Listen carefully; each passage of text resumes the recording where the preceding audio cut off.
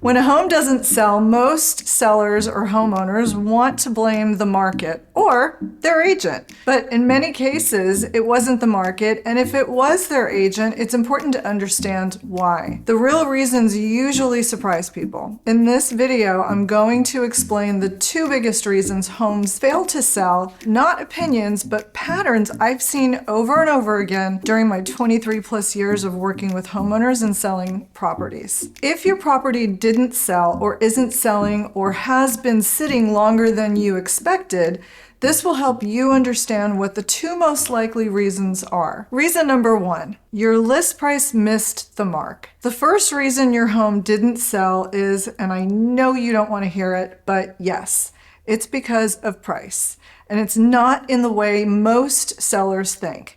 This isn't about being wildly overpriced. It's about not engaging the buyers and not having the right pricing strategy. Having sold hundreds of homes over the years, here's what I know. Price shouldn't be determined by how you feel about the value of your home. It needs to be based on data and facts. The value of your property is what buyers are actually willing to pay for a home like yours. In other words, pricing shouldn't be emotional. It's strategic, and unless you're the one buying your house, this is about what the buyers are actually willing to pay, not what you think they should pay. And this is where a lot of homeowners go wrong and get upset. Here's a mistake I've seen far too often through the years. A seller prices their home a bit higher than where buyers are actually making offers because they want room to negotiate. My response is oftentimes, what buyer are you negotiating with? Because while this idea may sound reasonable, what actually happens is buyers not only don't negotiate, they skip your home altogether. Online, your home doesn't sit in isolation.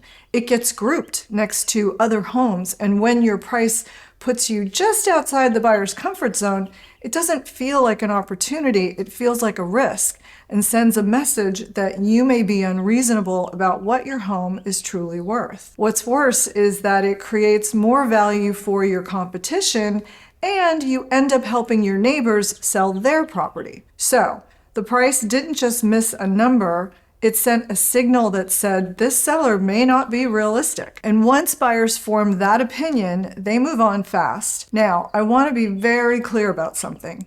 I'm not suggesting you shouldn't try to sell your home for maximum value. Not at all. Of course, every homeowner wants the highest possible price. The mistake is assuming that starting higher is what creates that outcome. In reality, the homes that receive the strongest offers are the ones that feel right to buyers early, not the ones that ask buyers to stretch before they're confident. Remember, strategic pricing isn't about settling. It's about positioning your home so buyers compete. It's about understanding how to interpret the data, both the recent sales, what's in escrow, and what you're competing against. It's also about trusting a skilled and experienced agent and their recommendations. This leads us to the second possible reason your home didn't sell or isn't selling, and that's reason number two, your marketing didn't create a strong first impression or a lasting impression. The second reason your home didn't sell has nothing to do with demand. It has everything to do with first impressions.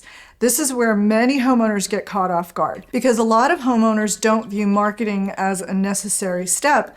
They see it as a bonus, something nice to have, but not essential. But in today's market, that assumption quietly costs sellers leverage. Let me give you an example as my dog Piper has decided she's done with all of this.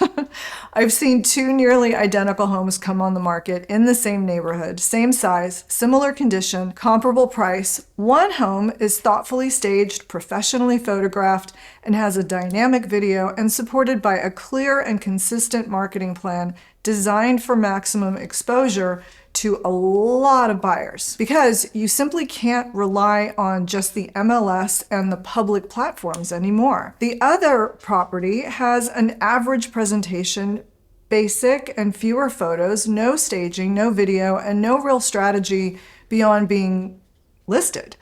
This is more common than you can imagine because many agents simply can't afford the cost of a dynamic marketing campaign and/or they don't have experience with digital marketing. The first home immediately feels polished and easy to understand. It draws buyers in and it appeals to their emotions. Buyers know what they're looking at, what it offers, and why it's worth seeing. They see the value. They get excited. The second home feels uncertain, not exciting, and falls a bit flat. And when buyers feel uncertainty, they hesitate, and hesitation is all it takes for the buyers to move on and maybe think, well, maybe I'll come back and revisit that one some other time. Here's the analogy I often use. Marketing your home is like showing up to a job interview. You may be fully qualified. You may be the right fit and the best person for that job. But if you show up looking rumpled and not put together, unprepared and unsure, the decision is already leaning against you before you say a word. Strategic staging, professional photos and video, and a thoughtful marketing plan are the preparation. They shape the first impression buyers form before they ever walk through the door to your home. I like to put it like this. You need to sell the buyers twice. First, when they see your listing for the first time on their computers or on their phones, so they actually want to schedule an appointment and come and see it.